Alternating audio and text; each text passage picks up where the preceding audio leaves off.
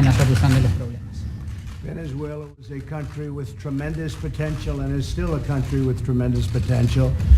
But people are starving, they're being killed, they're being beaten. What's going there is unfathomable to everybody that sees and everybody that gets reports. We're getting reports that are horrible. The potential of Venezuela, if done properly and with democracy, would be incredible. It was one of the richest companies, certainly one of the truly rich countries of the world, and now it's one of the poorest countries of the world. You look at what's happened. Despite oil, the oil's not coming out. Everything's broken. They have no water. They have no electric. The lights are out. In fact, I understand just today they had a big blackout. So we're very much in contact with your husband and with everybody else, and a lot of things are happening. Many things are happening. Please. Bueno, en realidad Venezuela es un país con muchísimo potencial, tenía mucho potencial, tiene mucho potencial. Lamentablemente ahora estamos viendo hambruna, muerte, ataques. Es una situación realmente inconcebible. Realmente es totalmente increíble. El potencial que tiene Venezuela se va a poder concretar en una democracia. Era un país, es uno de los países más ricos del mundo, sin embargo ahora por todos los problemas que tienen es uno de los países más pobres del mundo.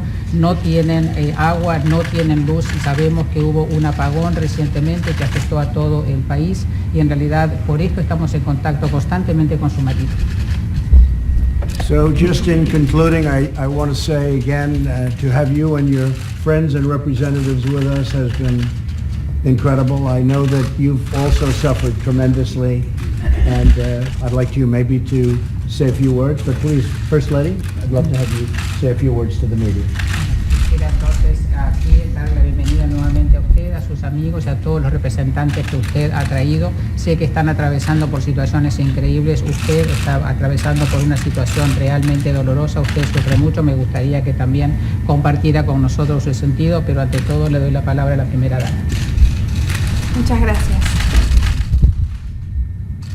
Hoy estar acá para mí es un honor y yo debo agradecerle al presidente Donald Trump, al vicepresidente Mike Pence y Bianca. Un honor haberte conocido.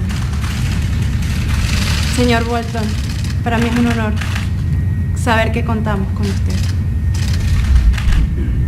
Venezuela hoy está pasando por una crisis energética muy grave, donde hoy nuestros niños están muriendo porque no hay luz, porque no hay comida, porque se apagaron los hospitales y con ellos la vida de inocentes que están pagando las consecuencias de una terrible dictadura. Thank you very much, Mr. President. It is an honor for me to be here. I thank you. I thank the Vice President. It was a pleasure meeting you as well. And Mr. Bolton, it's an honor to count on you as we do. Venezuela is going through a terrible crisis. The power crisis is very serious. Children are dying in hospitals. Children are dying because they have no food. Hospitals are in darkness. The crisis is serious. Hoy temo por la vida de mi esposo. Ayer se cometió un atentado contra su vida. Fue secuestrado su jefe de gabinete, Roberto Marrero, de la manera más violenta y vil, haciendo de este un ataque directo al presidente Juan Guaidó. I fear for my husband's life. Yesterday, he was attacked. His life was attacked.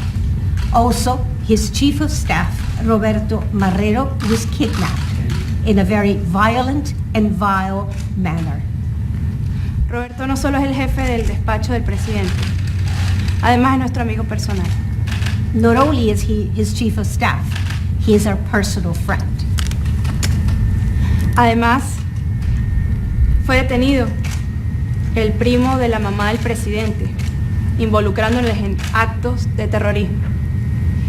Y también acusando a Gustavo Guaidó, el hermano del presidente, y así darle un golpe al círculo más cercano del presidente Guaidó, pretendiendo desestabilizarlo de su lucha.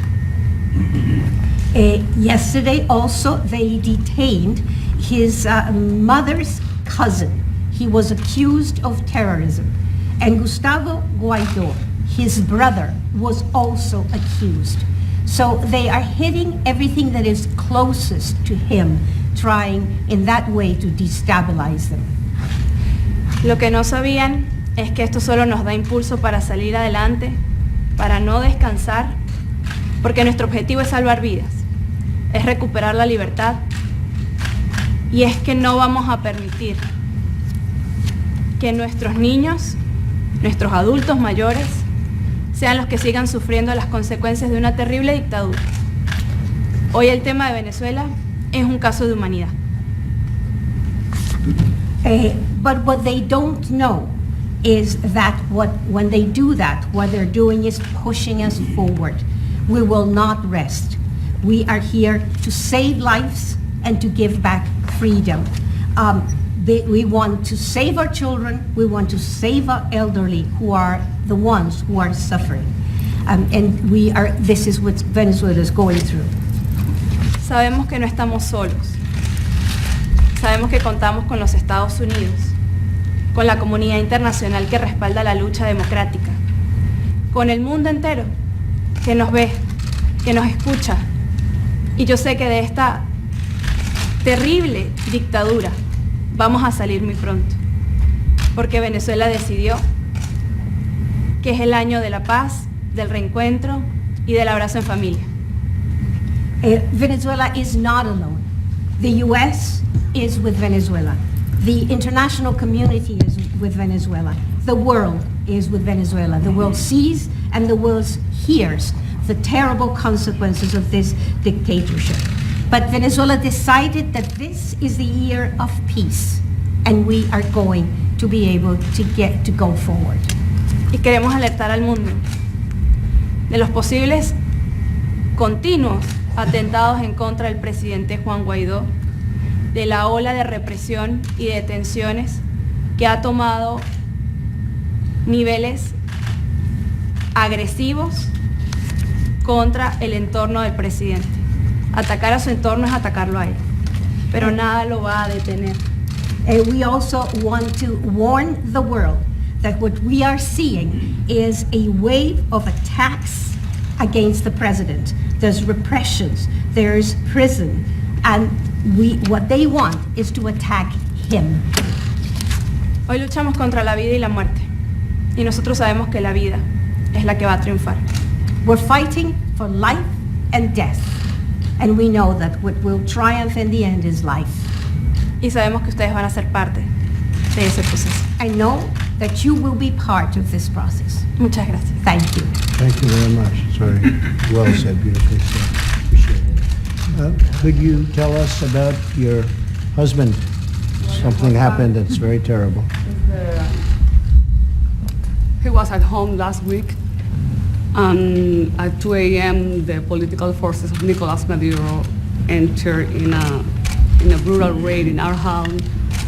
And he called me like at 2 a.m. He was, like desperate. There were like 60 people around trying to get by the force in our house. They finally did, and we, with lack of communication, and they destroyed our house, our child's room, everything. They planted guns and things, and this has been for 3 hours. It was a nightmare. And after that, they kidnapped him, and we didn't know anything about him for 6 days.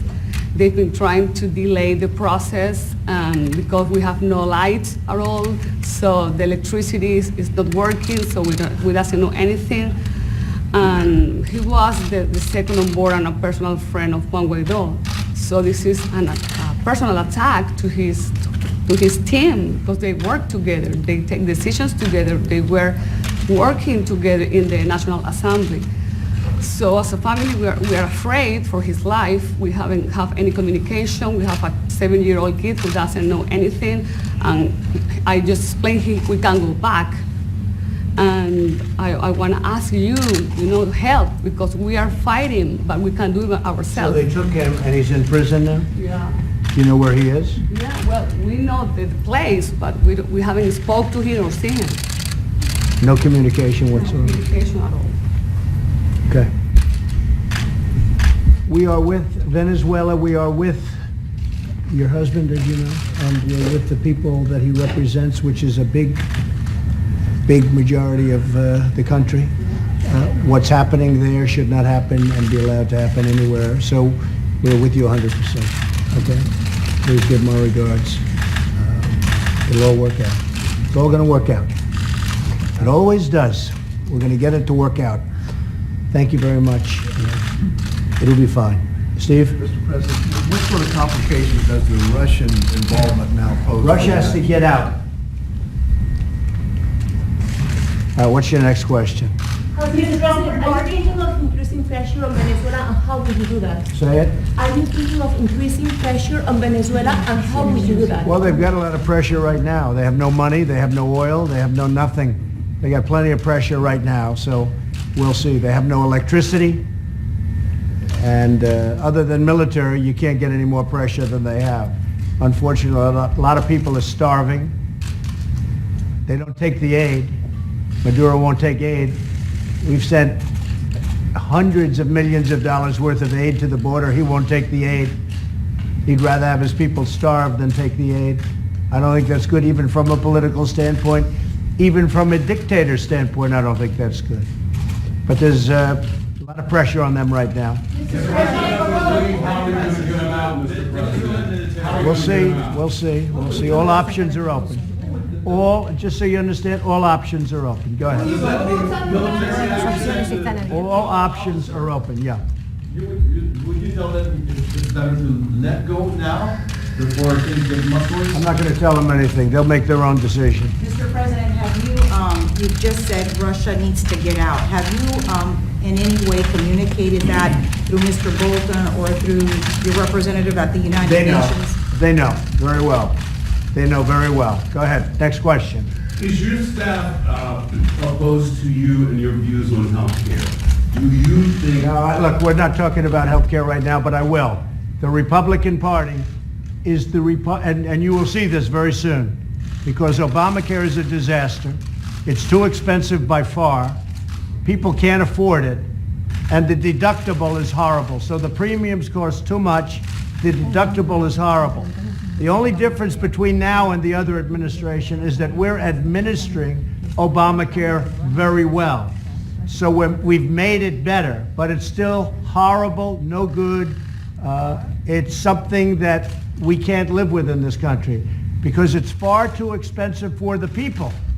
Not only for the country, but I'm not even thinking about for the country. It's too expensive, the premiums are too expensive, people are going broke trying to pay for it, and the deductibles are averaging over $7,000. So you have to spend $7,000 before you get anything. That's a very unusual circumstance. So the deductibles are way too high. Obamacare is a disaster. So we're going to be the part, and I said it yesterday, and I mean it 100%. I understand healthcare now, especially very well. A lot of people don't understand it. We are going to be, the Republicans, the party of great healthcare. The Democrats they've let you down. They came up with Obamacare, it's terrible. I got rid of the individual mandate.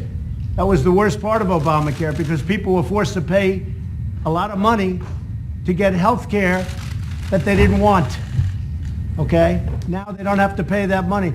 People are all over this country thanking me. Every time I go out, they thank me. They don't have to pay a vast amount of money to have bad health care. So we got rid of the individual mandate. That was a big thing. We will, you watch, we're going to be the party of great health care. And the Democrats have let you down. They've really let you down. Obamacare doesn't work. It's too expensive. And you take a look at everything with deductibles. It's a disaster. It's a disaster for our people. We're not going to allow it to go. So we're coming up with plans. We have a lawsuit right now going where phase one of the lawsuit terminates Obamacare, essentially terminates Obamacare. You know that. That's the Texas lawsuit. We think it'll be upheld, or we think it'll do very well in the Supreme Court. And if the Supreme Court rules that Obamacare is out, we will have a plan that's far better than Obamacare. Thank you all very much. I appreciate it. Thank you. Thank you. Thank you, everybody. Thank you. Go this way. Thank you, President.